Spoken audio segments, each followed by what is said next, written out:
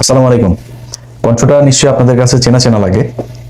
এই বিষয়টা আজকে এইভাবে আনতে চাইনি। এটা আনার কারণ হচ্ছে ওর কিছু ছোট লোকই গতকালকে সে একটা পোস্ট করেছে, ওই তার ফেসবুকে গিয়ে পোস্টটা পড়ে আসলে তারপরে দেখবেন। সে হলো নবাব সিরাজউদ্দৌলার উত্তরসূরি, তার বংশেরই লোক। তার বাপের বিশাল জমিদারি আছে। হ্যাঁ, ওর বাপ থাকতে হইলো বাউফলে, সেই কালাইয়া থেকে তারপরে ওইখানে থাকতে পারেনি, চলে গেছে আপনার একদম চরের মধ্যে। ওই আছে না আপনার খাস জমি, সেই খাস জমিতে সেখানেই বড় হয়েছে, সেখানেই থাকে, সেখানেই তার বাড়ি। এখন সে শ্বশুর বাড়িতে টাকা পয়সা দিয়ে টিয়া বিকাশে টাকা টুকা দিয়ে ঘর টর করেছে।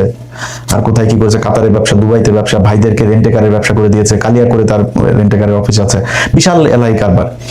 তো সে এখন বিশাল আকারের মানে পয়সাওয়ালা এক বাপের বেটা।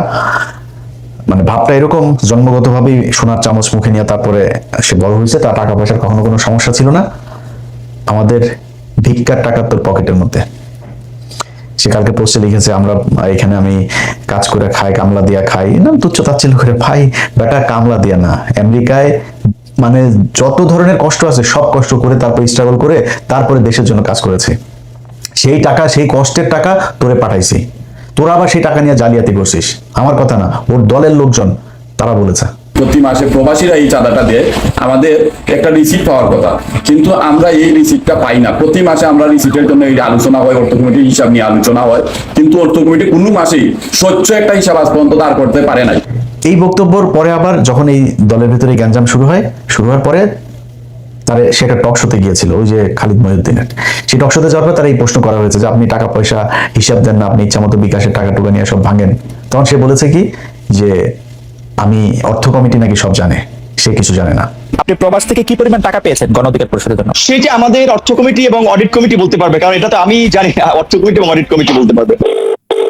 আসসালামু আলাইকুম নূর ভাই। ভাই আপনি যেহেতু সেন্ডার, আপনার অ্যাক্সেসটা বেশি থাকবে, তো আপনি প্রয়োজনে যদি না হয়ে থাকে তাহলে চাইলে উপরে যে ডাচ বাংলা ব্যাংকের অ্যাকাউন্টটা দিলাম ওইটা তো একটু পাঠাতে পারেন। আমাদের তো কালকে প্রোগ্রাম, টাকা পয়সা তো কালকে লাগছিল, আপনি একটু দেখেন। তখন এটা নিয়ে একটু আলোচনা শুরু হয়, তখন নুরভাই বলে এই সামনের মাসে তোমরা সঠিক হিসাবটা নিয়ে আসবে।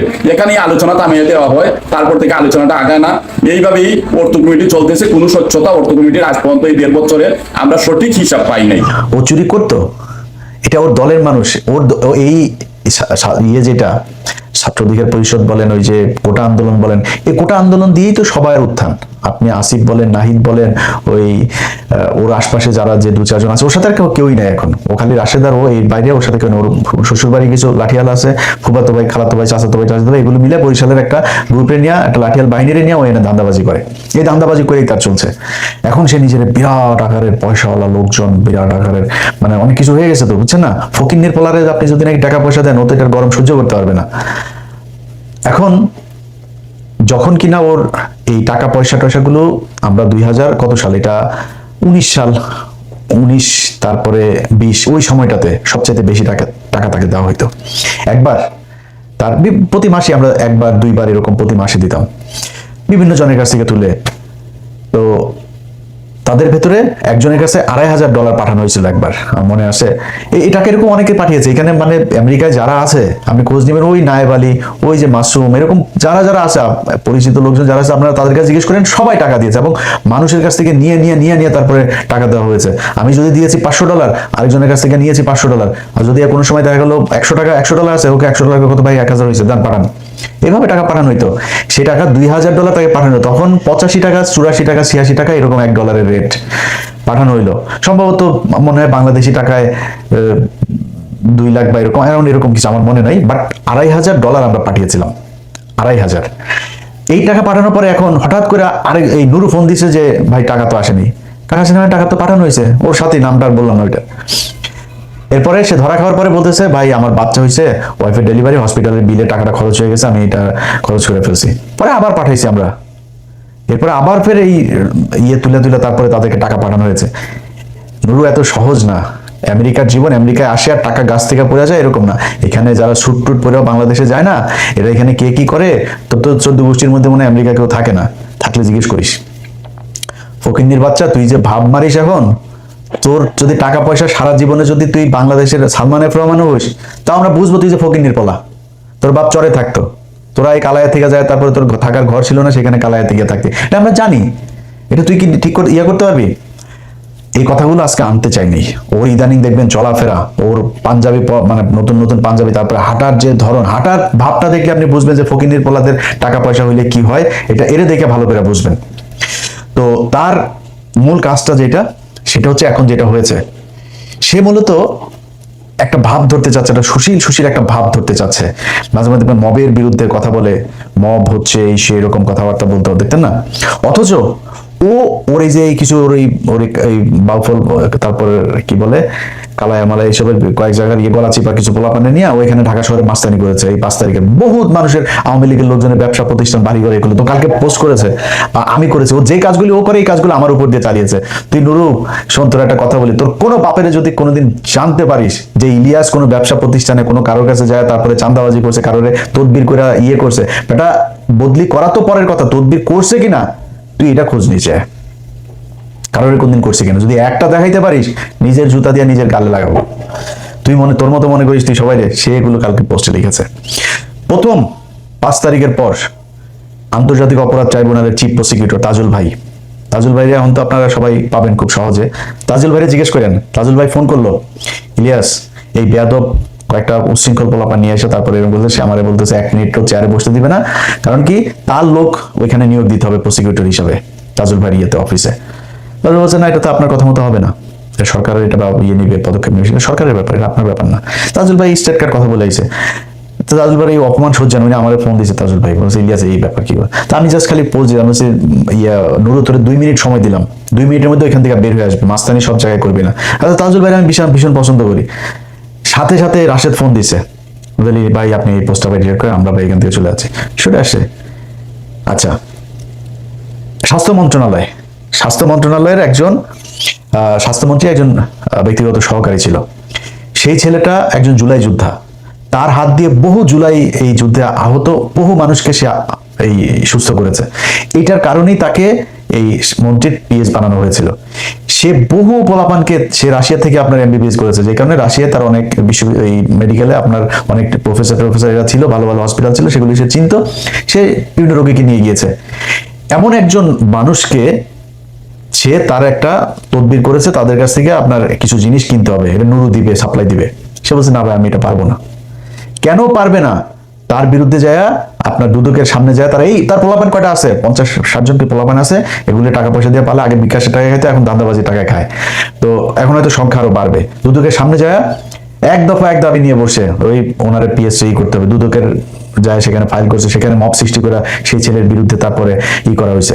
সেই পিএস আমার ফোন দিল, ভাই এই ব্যাপার। আমি সাথে সাথে এটা খোঁজ নিলাম, নিয়ে দেখলাম যে ছেলে খুব ভালো। সে বাইরে তখন দুদকে সে যখন করেছে আপনার কমপ্লেন করেছে, সে তখন রাশিয়াতে। এই নুরু বলেছে দুদককে যে সে রাশিয়া পালিয়ে চলে গিয়েছে। অথচ নুরু তখন একজন রোগী, খুব সিরিয়াস একজন রোগী, আপনাদের মনে আছে যে যার ওই যে মুখ দিয়ে আপনার এই নাকটাক এগুলো সব যে একদম হয়ে গিয়েছিল আর কি, বিকৃত হয়ে গিয়েছিল। সেই ছেলেকে সে ওইখানে ট্রিটমেন্ট নিয়ে দিতে গিয়েছে। সেই ছেলেরও বক্তব্য আমাকে পাঠিয়েছে, শোনেন আপনারা। আমি সেগুনতম্ব ভগবান এমনিতে সবাইকে দাদা নমস্কার ও রসিক ভাগবতদের আসসালামু আলাইকুম। এই জুলাই আন্দোলনে শুরু হওয়া 5 আগস্টে সফল আহতদের নিয়ে যে ডাক্তার কাজ করেছেন, এই ডাক্তার হচ্ছেন স্বাস্থ্য উপদেষ্টা ধরনের ব্যক্তিগত কর্মকর্তা ডাক্তার মাহমুদুল হাসান।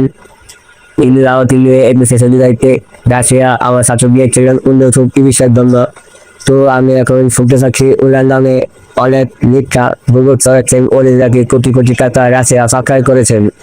আরও শুনতে চেয়েছি উনি নাকি বাংলাদেশে আট দেন না। তো আমি তো দেখছি এখন উনি বাংলাদেশে আছে। কিছু কিছু শুদ্ধঘাতী লোক থাকেন যারা মিথ্যা অপবাদ ছড়াচ্ছেন।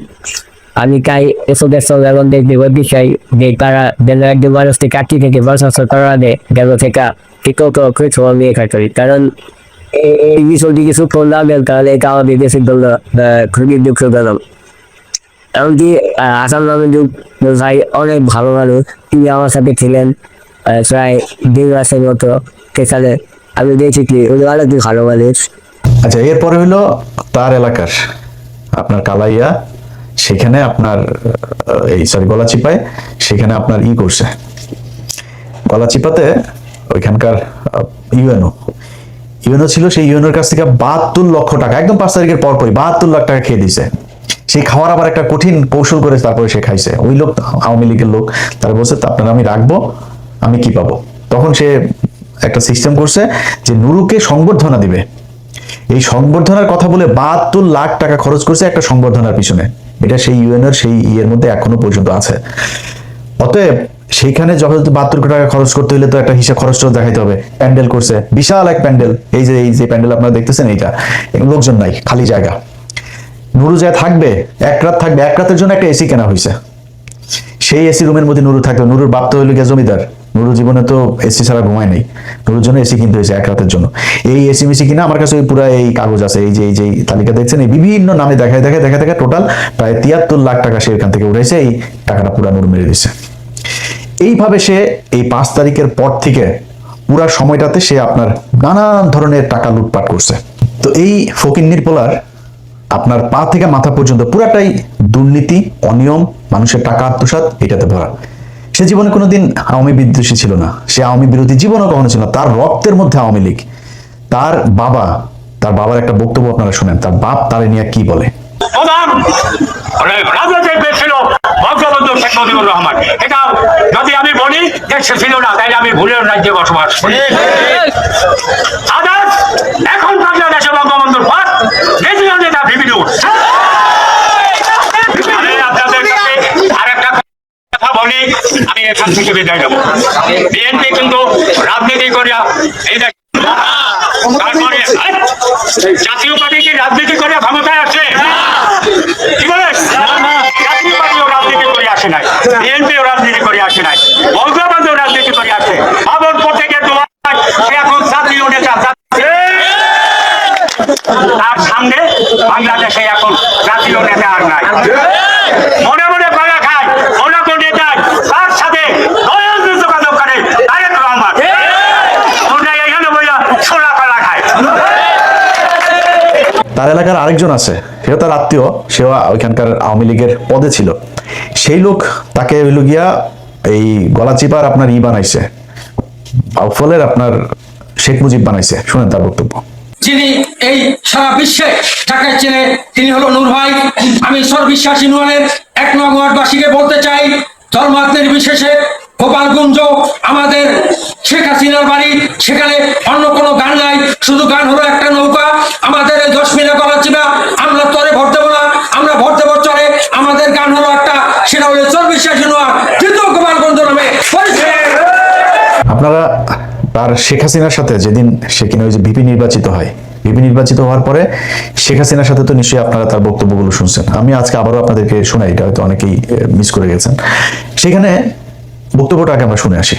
আমিও যেটা বলেছি যে আমি ছাত্রলীগের কর্মী ছিলাম না, শুধু ছোটখাটো একটা নেতাও ছিলাম, হলের পোস্টেড ছিলাম। আর আমি বিভিন্ন প্রোগ্রামে গিয়েছি, আমি দেখেছি নেত্রীকে ঢাকা মেডিকেল যখন বার্ন ইউনিটে বিএনপির আন্দোলনের সময় যখন আছে বিভিন্ন অকারেন্সগুলো ওঠে, তখন তিনি গিয়েছেন। আমরা রাস্তার পাশে দাঁড়িয়েছি, তাকে দেখেছি গাড়ির কালো গ্লাস থেকে স্পষ্ট দেখতে পাইনি, টিভিতে দেখেছি।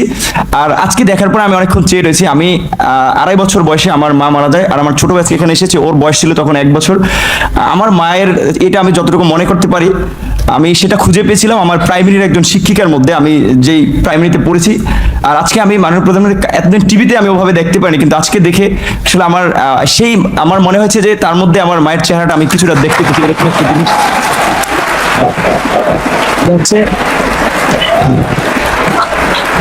সেজন্য অনেকে আসলে বিভিন্ন উপাধিতে বলে থাকেন। আর আমরা একটা জিনিস দেখেছি যে আসলে তিনি প্রধানমন্ত্রী হিসেবেও, আমি বলবো না তিনি প্রধানমন্ত্রী, তিনি সবার প্রধানমন্ত্রী, তারপরেও তার কিছু স্পেশাল আসলে ক্যারেক্টার, যেটা আমরা দেখেছি যে কখনো ছোট শিশুকে কোলে নিয়ে মানে একদম সিম্পল একজন যে নারীর যে ভূমিকা, সেই ভূমিকা অবতীর্ণ। আবার যখন দেখেছি আন্দোলন সংগ্রামে মানে তার শুনেছি ওই সময়ের তার সেই মানে ছাত্র রাজনীতি থেকে উঠে এসেছে, তার কৃতিত্বের কথা আমরা শুনেছি। আর বঙ্গবন্ধুর কথা তো এটি আসলে তো শুধু আমরা না, সারা বিশ্বের মানুষ জানে। আর তার সুযোগ্য কন্যা যদিও শেখ রেহানা আপা আমরা রয়েছে, কিন্তু এটি তো আমরা মানে সবার মধ্যে সব গুণ এককভাবে থাকে না, কিন্তু আপা আমরা মনে করি যে আসলে যেটা বঙ্গবন্ধুর মধ্যে অনেকে বলে যেটা ছিল তার পুরোটা মনে হয় যে আমাদের নেত্রী পেয়েছেন। আমার আপার প্রতি অনুরোধ থাকবে যে আসলে অনেকে যেটা আমি আপা বলতে চাইনি, কারণ আমি আসলে মানে মায়ের ওই জায়গাটাকে তাকে দেখতে চেয়েছিলাম, কিন্তু সবাই ছাত্রলীগ আমিও যদি করেছি সবাই আপা আপা বলে, এই জন্য আমার মুখ থেকে ঘটনাটা বের হয়েছে যে আমার ছাত্রলীগের ভাই বন্ধুরাও কেন যেন আমাকে আসলে জামাত শিবির বানানোর জন্য তারা খুব একটি অপপ্রচার করেছিল তাদের ছাত্রলীগের এতগুলো এরকম একটা পোস্টে থাকা অবস্থায়। আর আপনারা দেখেছেন যে আমার পরিবারের আমি আশা করি যে মাননীয় প্রধানমন্ত্রীর কাছে আমার পরিবারের সকলের মোটামুটি একটা তথ্য আছে, সেখানে দেখেছেন যে আমার পরিবার আসলে মানে পুরো পরিবারে ছিল আওয়ামী ব্যাকগ্রাউন্ডের, কিন্তু আসলে আমি অনেক কথাই বলতে চেয়েছিলাম কিন্তু আবেগ ভালোবাসায় অনেক কিছুই ভুলে যাচ্ছি। জয় বাংলা, জয় বঙ্গবন্ধু। আর আমি প্রধানমন্ত্রীর অনেকটা প্রোটোকল, এই কারণে আমি অনেকটা আমার একটু ইচ্ছা ছিল যে বঙ্গবন্ধু শেখ মুজিবুর রহমানকে কখনো তো দেখিনি, তার কথা শুনেছি।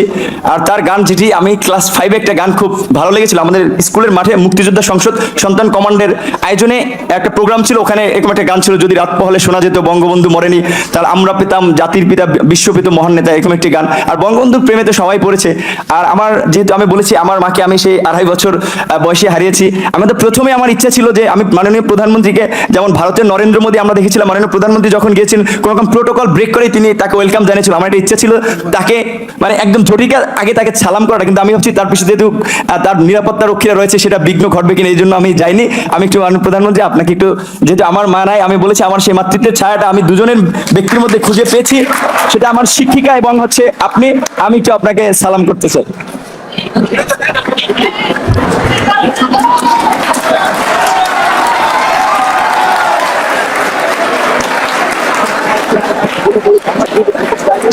দেখেন তাকে এই কোটা আন্দোলনের পোলাপান, এটা তো সে একা করে নাই, এই আন্দোলন যারা করছে তাদের ভিতরে অন্য যারা ছিল, ওই দিন যখন সে শেখ হাসিনার ওই প্রোগ্রামে যায় সবাইকে নিয়ে গেছে এক গাড়িতে, আর তাকে নিয়ে গেছে আবার আরেক গাড়িতে, এটা প্রমাণও আছে। ছাত্রলীগ নেতারা ঢাকা বিশ্ববিদ্যালয়ের বাসে করে গণভবনে গেলেও পিপি নুরুল হক ও সমাজসেবা সম্পাদক আক্তার হোসেন যান আলাদা গাড়িতে। এই আলাদা গাড়িতে নেওয়ার কারণ হচ্ছে তারে শেখ হাসিনা ওই দিনই তাকে পারচেজ করে, সে ওই দিন তার কাছে বিক্রি হয়ে যায়, এবং যেই কারণে যারা তার সাথে এতদিন আন্দোলন করছিল তারা আবার ঢাকা বিশ্ববিদ্যালয়ে পরের দিন সংবাদ সম্মেলন করে এটার অভিযোগ করে। কিন্তু আমরা মনে করি তিনি যে বক্তব্য পূর্বে দিয়েছেন এবং গতকাল যে বক্তব্য দিয়েছেন এটি এক ধরনের মানে টোটাল আন্দোলনের স্পিরিটের জন্য ক্ষতিকর বলে আমরা মনে করি। যে আন্দোলনটা যে গতিতে যাচ্ছিল এবং তার মুখের দিকে সারা দেশে ঢাকা বিশ্ববিদ্যালয় ছাত্র সমাজ তাকিয়েছিল, এটি ঢাকা বিশ্ববিদ্যালয় ছাত্র সমাজকে যথেষ্টভাবে হতাশ করেছে বলে আমরা মনে করি। তার সাথে গতকাল তিনি গণভবনে বক্তব্য দেওয়ার পরে তার সাথে আমরা এখনো মিটিংয়ে বসতে পারিনি, তার সাথে আমরা বারবার যোগাযোগ করার চেষ্টা করেছি যে আপনি যে বক্তব্যটা দিয়েছেন এই বক্তব্য কি আপনি নিজে স্বীকার করে দিচ্ছেন, তার মানে আপনি কি চান না যে আন্দোলনটা চলুক কি চলুক না। তিনি এখনো আমাদের সামনে এটি স্পষ্ট করেননি। যেহেতু তিনি স্পষ্ট করেননি, আমরা মিডিয়ার মধ্য দিয়ে যে বক্তব্য গণভবনে প্রধান বক্তব্য যেটি পেয়েছি এটি যথেষ্ট সাংঘর্ষিক। এখন তিনি যদি এই বক্তব্যকে ধরে রাখেন নিশ্চয়ই সেটা ছাত্রদের যে স্পিরিট সেটার সাথে প্রতারণাপূর্ণ। তিনি যেটি বলেছেন যে এই একটা নির্বাচন করতে গেলে কিছু ছোটখাটো ত্রুটিপূর্ণ থাকে, আমরা প্রত্যাশা করি আগামীবার যে নির্বাচনটি হবে সেই নির্বাচনটি যথেষ্ট সুষ্ঠু হবে। আমরা মনে করি এই নির্বাচনটি তিনি যে বক্তব্য প্রদান করেছেন আর এই বক্তব্যটা যথেষ্ট সাংঘর্ষিক। আমরা প্রত্যাশা করেছিলাম তিনি যে গণভবনে গিয়েছেন তিনি হয়তো গিয়ে এই যে পুনর্নির্বাচনের দাবিটি তিনি হয়তো ওখানেও তুলে ধরবেন, ওইটা কিভাবে পুনর্ব্যক্ত করবেন, কিন্তু তিনি সেটা না করবার মধ্য দিয়ে এক ধরনের ভাই যেটা বললেন যে এক ধরনের এইটা ছাত্রদের যে স্পিরিটের সঙ্গে এক ধরনের দ্বিচারিতা করেছে। আচ্ছা, এটা আবার দেখেন সে একটা ব্যাখ্যা দিয়েছে যে তাকে নাকি ওই দিন নিয়ে যাওয়া হয়েছিল, মানে 5 তারিখের পরে সে ব্যাখ্যা দিয়েছে তাকে নাকি ওই দিন নিয়ে যাওয়া হয়েছিল তার বাবাকে চাপ দিয়ে তারপরে নিয়ে যাওয়া হয়েছে, অথচ ওর বাপের সাথে ওর ভালো সম্পর্ক না। ওর বাপ এই 5 তারিখের পরে ওর পিছনে আসে, ওর বাপের সাথে কিন্তু ওর ভালো সম্পর্ক না, ওর বাপ ওরে দেখেও না তেমন ঠিক মতো। ওর ওই যে নানি বাড়িটারই আরো কিছু আত্মীয় স্বজন আছে তারা ওরে দেখে, ওর বাপ আরেক জায়গায় বিয়ে করে, ওর বাপ তার মতো থাকে, ওর বাপের সাথে ওর সম্পর্ক ভালো না, অথচ তার বাপের নাকি চাপ দিয়ে তাকে নাকি ইয়ে করছে। অথচ তার যে বক্তব্য আপনারা শুনলেন, আপনার কি মনে হয় যে কোনোদিন কোনো মানুষকে চাপ দিয়ে এত স্বতঃস্ফূর্তভাবে তোরা চাপ দিয়ে নাই অনুষ্ঠানে নিয়ে যাইতে পারে? আপনাকে আমার মায়ের মতো লাগে, আপনার পায়ে ধরে মাপ চাইছে, আপনারা দেখছেন না, পায়ে ধরে সালাম করছে সে, অথচ সে বলে আরেকটা। আমার কাছে ফোন আসলো তৎকালীন প্রধানমন্ত্রীর কার্যালয় থেকে যে ডাকসুর সমস্ত প্যানেলকে তিনি চায়ের আমন্ত্রণ জানিয়েছে। যাওয়ার সিদ্ধান্ত নেওয়ার আগেই তখন আমার বাবাকে এই পটুয়াখালী থেকে ঢাকায় নিয়ে আসা হয় এবং নিয়ে এসে তাকেও কিছুটা আসলে যে আতঙ্কিত করা হয় যে আপনার ছেলে যদি না যায় আপনার ছেলেকে মেরে ফেলতে পারে। যে দেখেন খালেদা জিয়ার মতো একজন বিশাল মাপের নেত্রী, তাকে জেলে নিয়েছে, বিএনপি নেতাকর্মীরা কি আন্দোলন করে তাকে বের করতে পেরেছে? সে যদি না যায় এটার জন্য তার পরিণতি কিন্তু চরম আসলে খারাপ হতে পারে। তো এখন আমার মা নেই, তো আমার বাবা আসলে এক প্রকারে আমার বলা চলে যে খুব ক্ষমা চাওয়ার মতো, যে বাবা আমি তো তোদেরকে মানুষ করেছি, আমি তোদের কাছে কিছু চাই নাই, বলি নাই, তোরা বিশ্ববিদ্যালয়ে পড়স, আমি তোর একটা অনুরোধ করি যে যেহেতু প্রধানমন্ত্রীর পক্ষ থেকে দাওয়াত করা হয়েছে গণভবনে যাও, উনি স্বাভাবিকভাবেই যে একজন মায়ের জাতি, তো ওনাকে তুমি সেভাবেই সম্মান করবা। আমার বাবাই আমাদেরকে তখন মায়ের আদর বাবার আদর দুটো দিয়ে বড় করেছে। তখন আসলে আমি খুব একটা দায়বদ্ধতার মধ্যে পড়ে যাই যে আমার বাবার কথা বা বাবার একটা আকুতি বা আমি নিজে যে ক্যারেক্টারের বলা চলে সেটা আমার বাবার অনুরোধের কারণে। আচ্ছা দেখেন, সে যে কথাটা বলেছে এই কথাটা সত্যি না, তার বাবাকে ধরে তারপরে চাপ দিয়ে তাকে তারপর করেছে, এই কথাটা সত্যি না। কিন্তু একটা জিনিস সবার মাথায় প্রশ্ন আসতে পারে যে নুরু তো হাসিনার বিরুদ্ধে আন্দোলন করেছে, অনেকবার মার খেয়েছে, বহুবার, যতবার মার খাইছে, ওর লুঙ্গি খুললে যদি নাকি ওর পশম গুনেন অত বলি পশম গুনে, যতবার পিটানি হয়ে গেছে, ও জীবনে বহুত পিটানি খাইছে। তো এই পিটানি খাওয়ার অভ্যাসটা তার আছে, কিন্তু উদ্দেশ্য তার একটা ছিল, সেটা তার বড় হইতে হবে, মানে পয়সা পাতি হইতে হবে, ক্ষমতা আসতে হবে, এরকম একটা তার এইটা ভয়ঙ্কর রকমের ছিল তার ভেতরে। যে কারণে সে কিন্তু হলের পোস্টেড নেতা, সে ছাত্রলীগ করতো, আওয়ামী লীগ করতো, বাট ওইখানে যে ভাত পায় নাই, এখন তারা আলাদা সংগঠন করে তার নেতৃত্বে আসতে হবে, সে কারণে সেটা করেছে। এই দেশের জন্য না, এই মানুষের জন্য কোনো কিছু না, সে তার নিজের জন্য করেছে। এবং তার পা থেকে মাথা পর্যন্ত পুরাটা দুর্নীতি এবং অনিয়ম এগুলো দিয়ে ভরা। এটা আমার কথা না, মানে আমি যে তাকে তার সাথে লাগার জন্য বলছি সেটা না, তার দল যারা করেছে এই পর্যন্ত, এই যে যাদেরকে দেখেন আসিফ নাহিদটাই যা কেউ থাকে নাই তার সাথে, কারণ থাকে না জানেন, কারণ তার এই চরিত্রের কারণে। আমার এখানেও আপনাকে একজনের বক্তব্য শুনি, তার দলের লোকজন তারা কি বলে, তারা যারা তার সাথে ছিল, যারা টাকা পয়সা দিত, এখানে কয়েকজন ব্যবসায়ী আছে আমার পরিচিত, এরা টাকা দিয়েছে, আমি বহু মানুষকে ভাই করেছে, ভাই নাম্বার দিয়ে দিতাম, ভাই এর এই নাম্বার টাকা দিয়েন, একটা কল দিয়ে টাকা দিয়েন, এভাবে টাকা দিত। সেই ব্যক্তিরা তার দল থেকে চলে গিয়েছিল। চলে যাওয়ার কারণ আবার আছে আরেকটা, সেটাতে যাই, সেটা দিয়ে শেষ করি। এটা হচ্ছে যে আপনাদের ওই রেজা কিবরিয়ার কথা তো মনে আছে, তাই না? রেজা কিবরিয়া যখন দলে আসে, রেজা কিবরিয়া কিন্তু খুব ইন্ডিয়া বিরোধী একটা মানুষ। তো সে বারবার প্রকাশ্যে বলতো যে তার বাপকে খুন করেছে, আওয়ামী লীগ মেরেছে, বিএনপির কেউ তার বাপকে মারে নাই, এই কথাগুলো কিন্তু সে বলতো। এই কারণে তাকে দেখতে পারতো না। তখন এই নূরের সাথে হাসিনার সম্পর্ক খুব ভালো, এবং হাসিনা তখন নুরুকে পুরো একদম কিনে ফেলেছে। ওই সময়টাতে যখন রেজা কিবরিয়া এসে দলে ঢুকার পরে ইন্ডিয়া রেজা কিবরিয়াকে থাকতে দিবে না। একজন ব্যক্তিকে ঢুকাইলো, তার নাম হলো বিপ্লব কুমার পোদ্দার।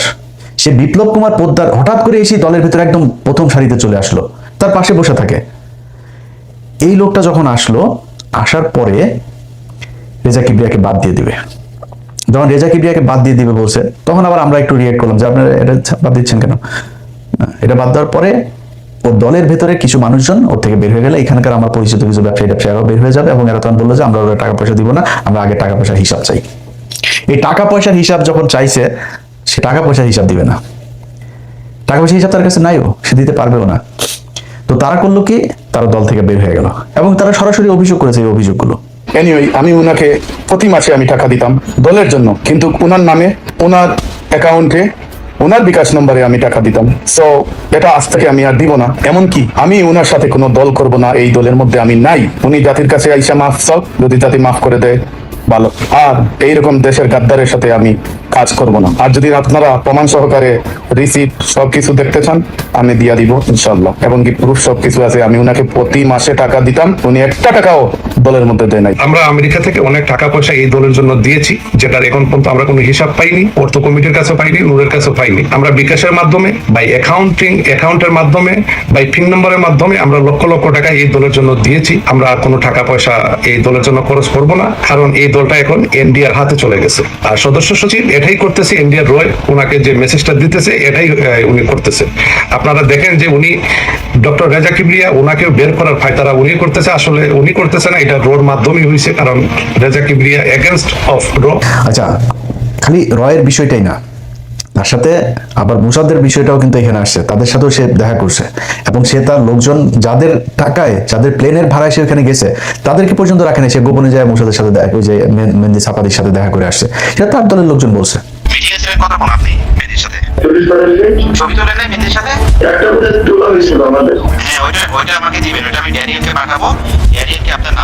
আমি বলবো যে আমাদের লোক, ঠিক আছে, ড্যানিয়েল আপনার সাথে ফোন দিবে। he was meeting with Safadi about this issue, and there was other meeting took place, I think, in Dubai, in Qatar, in India. বেনজিন সাফাদির সাথে আমার মিটিং হয়েছে, আমার বৈঠক হয়েছে, আমার কথা হয়েছে, আমার আলোচনা হয়েছে। তো তাতে কি হয়েছে? 11 ডিসেম্বর নূর ভাই আমাকে এসএমএস করে জানালেন যে জীবন ভাই 16-17 তারিখ যদি আপনি ফ্রি থাকেন তাহলে আমরা উমরার উদ্দেশ্যে মক্কা চলে যাব, সেখান থেকে হজ করে আমরা আমাদের এই সাংগঠনিক কার্যক্রম শুরু করবো। তো আমি বললাম ঠিক আছে, আমরা চলে যাবো, সমস্যা নেই।